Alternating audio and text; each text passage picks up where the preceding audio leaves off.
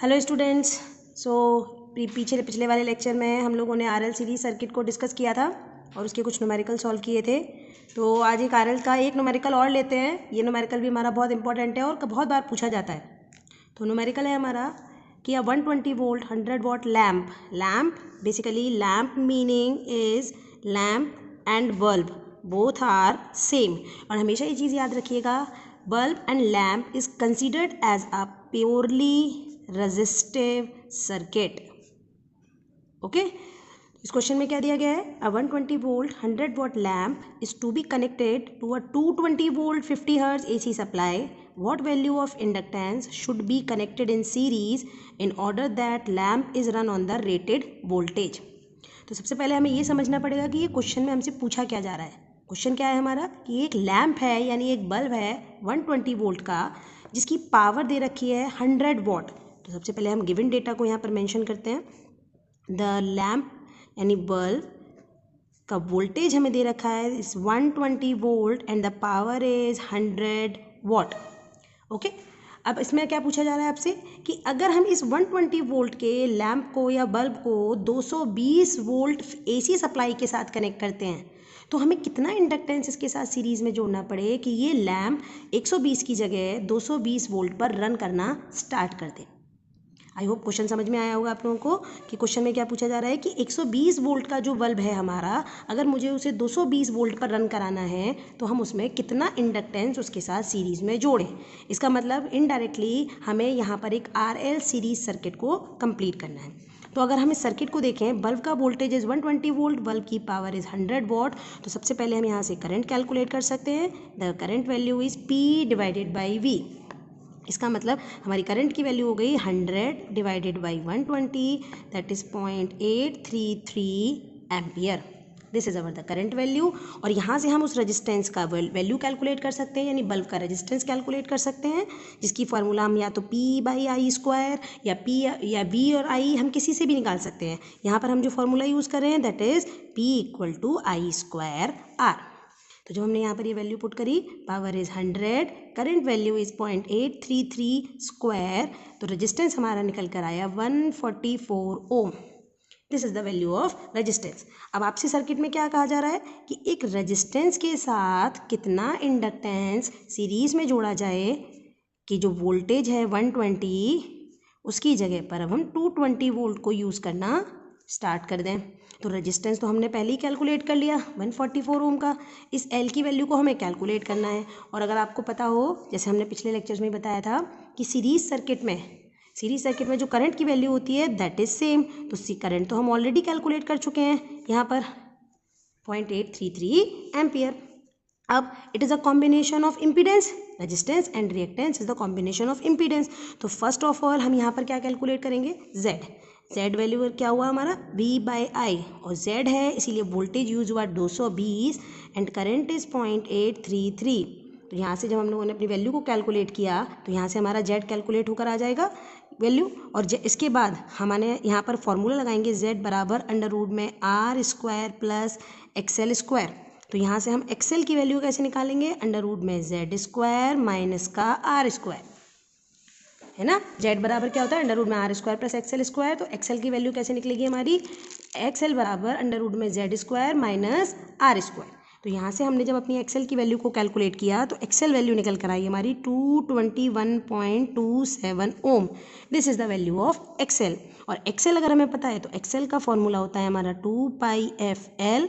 यहाँ से हम L कैलकुलेट कर लेंगे, XL divided by 2πf 221.27 2 into 3.14 into frequency 50 hertz. So the value of L is 0.704 Henry.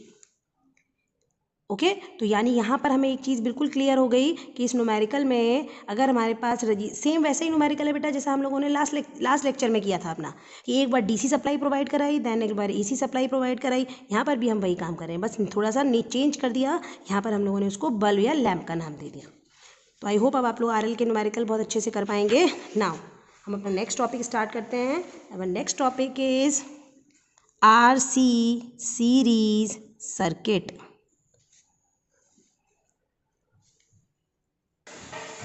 Okay, तो अब हम स्टार्ट कर रहे हैं अपना RC series circuit. RC series circuit का मतलब हुआ यहाँ पर एलिमेंट लगाए हमने resistance and capacitance. Supply voltage क्या दिया हमने बेटा यहाँ पर अपना Vm sine omega T. One element is R, one element is C, this is the current. तो जैसे हमने RL सर्किट के डेरिवेशन में किया था सेम काम करेंगे। इन दोनों एलिमेंट के अक्रॉस हमारी जो वोल्टेज करंट है वो सेम रहेगा, but the voltage value is different. तो जब वोल्टेज वैल्यू डिफरेंट है तो सबसे पहले काम हमने VR और VC का वैल्यू कैलकुलेट किया। तो what is the value of VR, that is IR। What is the value of VC, that is IXC। अब जब हमने यहाँ पर करंट फेजर डायग्राम देखा तो in case of resistance I and VR both are in same phase. And जब हम लोगों ने VC के केस में देखा तो करंट 90 डिग्री से लीड करता है इन case of VC, this is 90 degree, है ना। तो अब जब दोनों फेजर डायग्राम को हमने कंबाइंड किया तो कंबाइंड करके जो हमारा फेजर डायग्राम बना, हमने I को बेस लिया, this is VR, this is VC। हमने दोनों के पैरेलल मेथड बनाया, पैरेललोग्राम मेथड से दोनों का रिजल्टेंट निकाला। So this is a value of V with phi angle, this is a value of phi. तो जब हमारा फाई एंगल यहाँ निकल गया, अब यहाँ पर अगर मुझे इस रिजल्टेंट की वैल्यू को कैलकुलेट करना है तो V बराबर क्या हुआ, अंडर रूट में VR square plus VC square. हमने VR की जगह रखा IR स्क्वायर IXC का होल स्क्वायर। हमने इसको सॉल्व किया तो I बाहर आ गया हमारा अंडर रूट के, the value is under root में R square plus XC square. तो ये हमारी वैल्यू V की बनी। कंपेयर करने पर यानी इम्पीडेंस की जगह पर क्या आ गया हमारा, अंडर रूट में R square plus XC square. तो अगर आप ध्यान से देखेंगे तो जो फॉर्मूला हमारा RL के केस में था under root R square plus XL square, similarly हमारा इम्पीडेंस का फॉर्मूला RC के केस में क्या निकल कर आया, अंडर रूट में R square plus XC square. तो आई थिंक अब हम फाई का फॉर्मूला भी डायरेक्टली यहाँ पर अप्लाई कर सकते हैं, tan inverse XC upon R, ठीक है ना। जैसे हम लोगों ने RL के केस में निकाला था सेम उसी तरीके से। तो फाई की वैल्यू क्या हो गई हमारी, tan inverse XC upon R। अब यहाँ पर अगर हम इसकी पावर कैलकुलेट करें तो अगर हम यहाँ ध्यान से देखें, अगर आप देखिए ये फेजर डायग्राम देखेंगे तो इस फेजर डायग्राम में I V से लीड कर रहा है। तो अगर मैं यहाँ पर इसकी करंट की इक्वेशन लिखूँ तो the current equation is Im sine omega T plus phi. और RL के केस में करंट की इक्वेशन क्या थी हमारी, Im sine omega T minus phi. तो हमारी इक्वेशन में क्या चेंज आया, केवल एक एंगल का। तो अब अगर हम पावर की बात करें यहाँ पर तो पावर का फॉर्मूला वही P is equals to V into I. V की जगह रखा मैंने Vm sine omega T into Im sine omega T plus phi. दोनों को सॉल्व किया, Vm Im मैंने एक साथ अप्लाई किया, यहाँ पर डिवाइडेड बाई 2 करके मैंने यहाँ पर फॉर्मूला बना दिया अपना 2 sine omega T into sine omega T plus phi, यानी 2 साइन ए साइन बी का फॉर्मूला जो हम लोगों ने लास्ट टाइम भी बनाया था। तो Vm Im बाई 2 वैल्यू बन गई हमारी cos A minus B plus minus cos A plus B, ठीक है। तो अभी यहाँ से अगर हम अपना आगे का डेरिवेशन करते हैं तो हमारी पावर की वैल्यू क्या निकल कर आई हमारी बेटा, the value of power is P is equal to Vm Im by 2, एक टर्म बना कॉस फाई। अगर आप पूरा इस वैल्यू को देखेंगे तो ओमेगा टी से ओमेगा टी कैंसिल आउट हुआ, बचा कॉस का माइनस फाई। और अगर आपको पता हो तो cos phi and cos minus phi both are same, minus Vm Im by 2 cos twice of omega T plus phi. तो अगर आपको याद हो तो इस पावर इक्वेशन को हम क्या कहते हैं बेटा, इंस्टेंटेनियस पावर, इंस्टेंटेनियस पावर। और अभी इंस्टेंटेनियस पावर से हम क्या कैलकुलेट करेंगे, अपनी एवरेज पावर। तो अगर मुझे एवरेज पावर निकालनी है तो मेरा फॉर्मूला क्या बनेगा, average value of Vm Im by 2 cos phi and average value of Vm Im by 2 cos 2 omega T plus phi. तो अगर आप ध्यान से देखें 2 ओमेगा टी अगेन 2 थीटा यानी कंप्लीट साइकिल को रिप्रेजेंट करता है, और एवरेज साइकिल जो होती है हमारी, एवरेज वैल्यू होती है कंप्लीट साइकिल के लिए, वो होती है हमारी 0। तो ये पूरा टर्म क्या वैल्यू दे रहा है हमें? 0। तो what is the average power? Vm is constant, Im is constant, 2 is constant and cos phi is also constant, because ये कोई भी वैल्यू टाइम पे डिपेंडेंट नहीं है। तो हमारी वैल्यू क्या बनी यहाँ पर? Vm by √2 into Im by √2 cos phi। तो अगर ये वैल्यू को हम यहाँ पर पुट करते हैं तो Vm by √2 is equivalent to VRMS, Im by √2 is IRMS and cos phi। तो अगर आपको याद हो RL के केस में भी हमारी सेम पावर निकल कर आई थी। इसका मतलब जब भी हम सीरीज सर्किट की पावर को कैलकुलेट करेंगे, the value of power is always same, either in RL case और इन RC केस। तो ये हमारा हुआ RC का डेरिवेशन। चलिए अब हम स्टार्ट करते हैं कुछ न्यूमेरिकल्स को करना, जिससे आपके डाउट्स और क्लियर हो जाएंगे। तो हम RC का एक छोटा सा न्यूमेरिकल लेते हैं।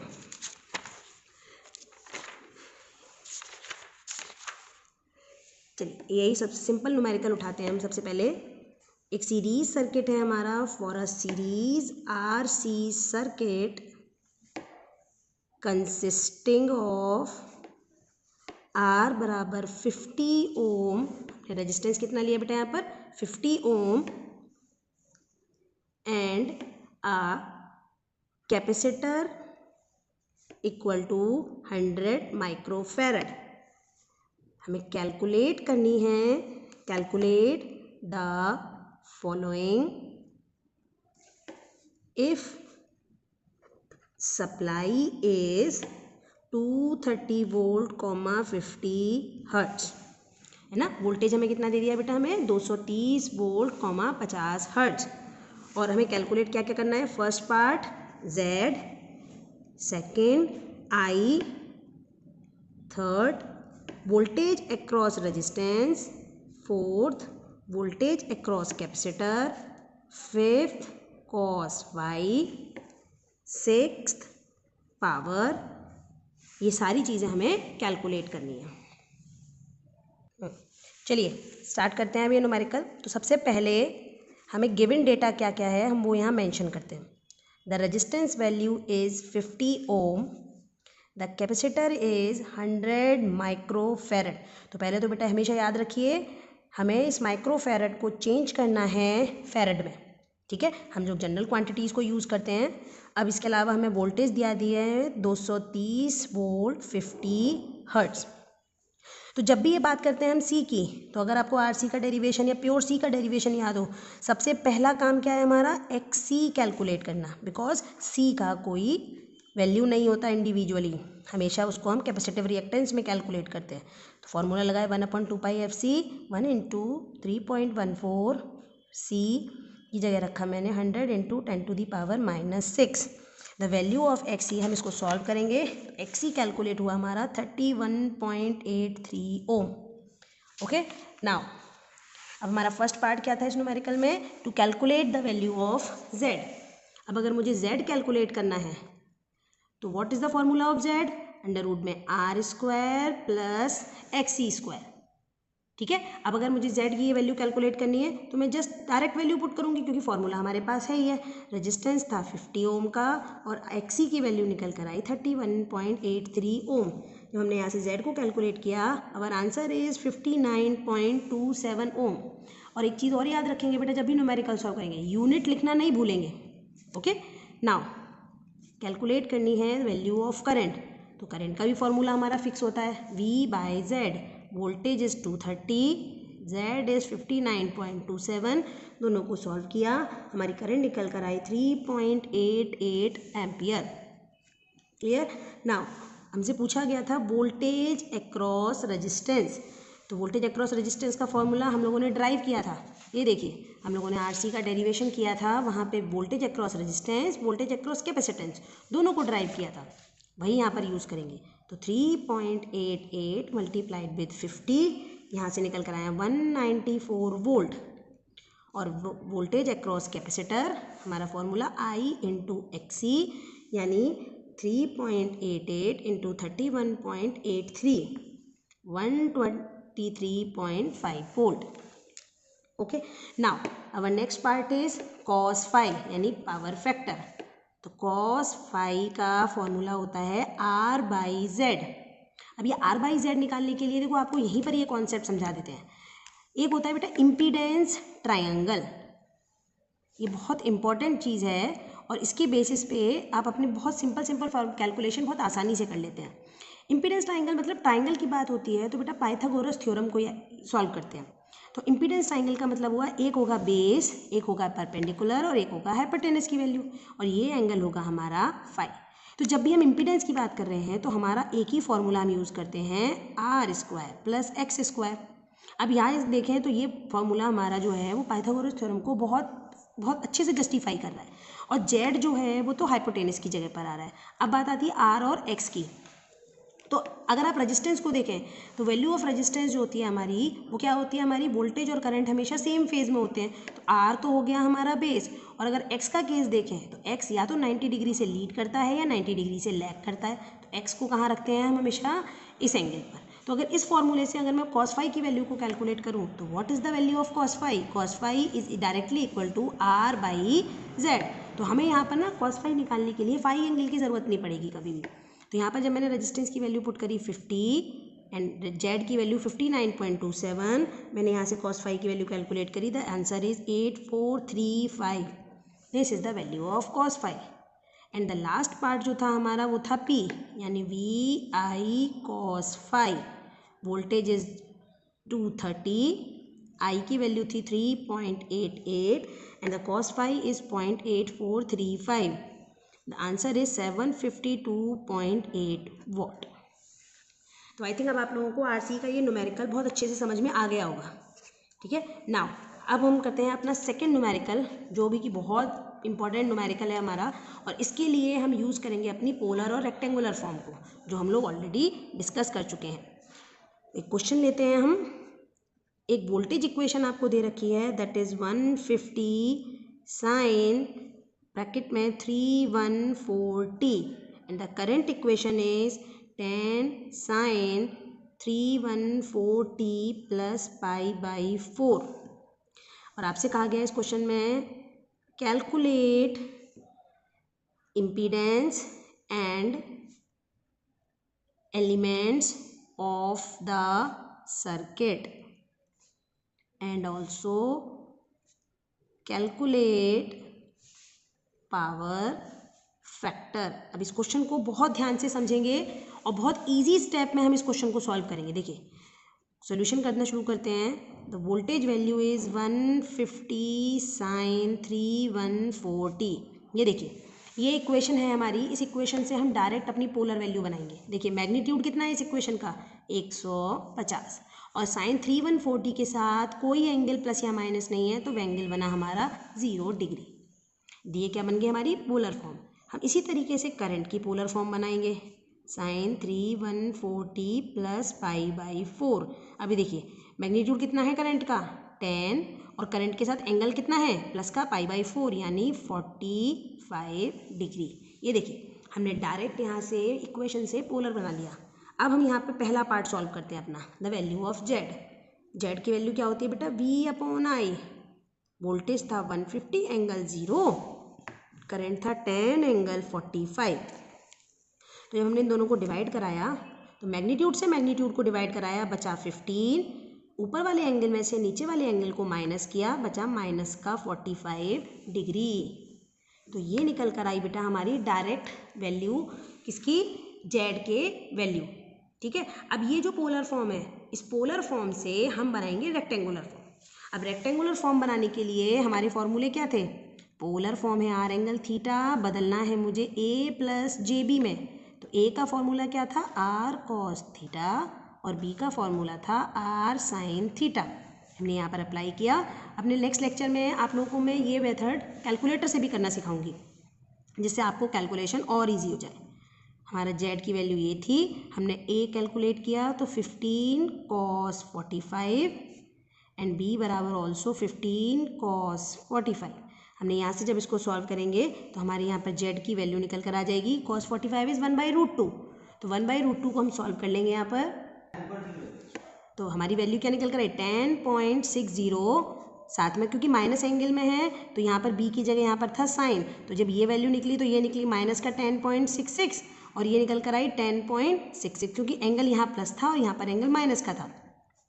तो हमारा जो कन्वर्जन निकल कर आया 60, तो ये वैल्यू निकल कर आया हमारा z का पोलर से रेक्टेंगुलर फॉर्म।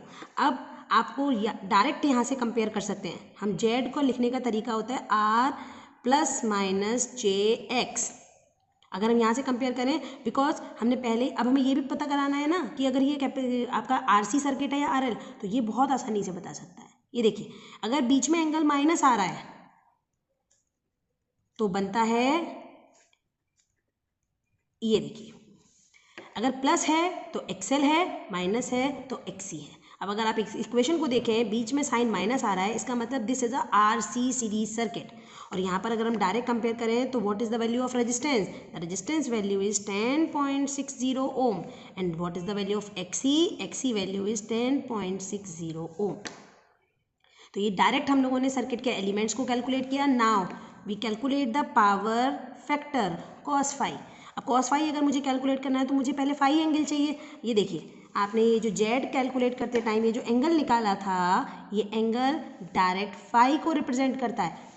तो हम यहाँ पर डायरेक्टली अप्लाई करेंगे cos ब्रैकेट में माइनस का 45 डिग्री, cos 45 की वैल्यू 1/√2 यानी 0.707। This is our power factor. तो चलिए एक ऐसा न्यूमेरिकल और करते हैं फॉर द प्रैक्टिस पर्पस, जिससे आप लोगों को और आसानी से चीज़ें समझ में आ जाएंगी। देखिए, छोटा सा न्यूमेरिकल लेते हैं। क्वेश्चन नंबर कि z आपको दे दिया गया है 50 एंगल माइनस 45 डिग्री ओम। क्योंकि पुराने वाला न्यूमेरिकल क्या था बेटा हमारा? पुराने वाले न्यूमेरिकल में हमने z को वोल्टेज और करंट से कैलकुलेट किया था। यहाँ डायरेक्टली हमें z दे दिया गया है। तो पहली चीज़ क्या पूछी जा रही है? आइडेंटिफाई द सर्किट, ठीक है, and calculate components when frequency equal to 50 hertz. अब देखिए, मैंने अभी पुराने न्यूमेरिकल में क्या बताया था?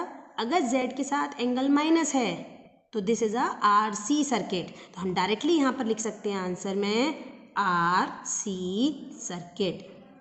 देखिए, क्योंकि ये एंगल बताएगा यहाँ पर, ये angle negative RC circuit, angle positive RL circuit. तो पहली चीज़ तो ये आइडेंटिफाई हो गई। अब इस z को मुझे कन्वर्ट करना है पोलर से रेक्टेंगुलर फॉर्म में, तो वही सेम फॉर्मूला लगाएंगे हम यहाँ पर। A बराबर 50 cos माइनस 45 एंड B बराबर 50 साइन माइनस 45। तो देखो सॉल्व किया तो वैल्यू क्या निकल कर आई? 35.35 और यहाँ पर माइनस 35.35 वैल्यू पुट कर दी। 35.35 माइनस j 35.35, ये निकल कर आया हमारा z का वैल्यू। जस्ट कंपेयर किया तो what is the value of resistance? 35.35 ohm. And what is the value of XC? It's also 35.35 ohm. But XC is not a component, है ना। XC क्या है? हमारा कॉम्पोनेंट नहीं है। कॉम्पोनेंट तो कैपेसिटर होता है। तो XC का फॉर्मूला यहाँ क्या लगाया मैंने? 1/2πfc। तो यहाँ से C कैलकुलेट किया तो 2πf into XC, value put करी 1/2 इंटू 3.14 इंटू 50 इंटू XC का वैल्यू क्या निकला था? 35.35। जब हमने यहाँ पर ये सारी वैल्यूज़ को सॉल्व किया, our answer is 9 into 10⁻⁻5 farad. तो इसको अगर मैं माइक्रो फैरड में चेक करूँ तो वैल्यू क्या निकल कर आई? 90 माइक्रो फैरड। तो आई होप आप लोगों को RC सर्किट समझ में आ गया होगा कि डेरिवेशन और न्यूमेरिकल किस तरीके से सॉल्व करते हैं। तो चलिए इन द नेक्स्ट क्लास हम लोग RLC सीरीज सर्किट को डिस्कस करेंगे। Thank you so much. Thank you for watching this.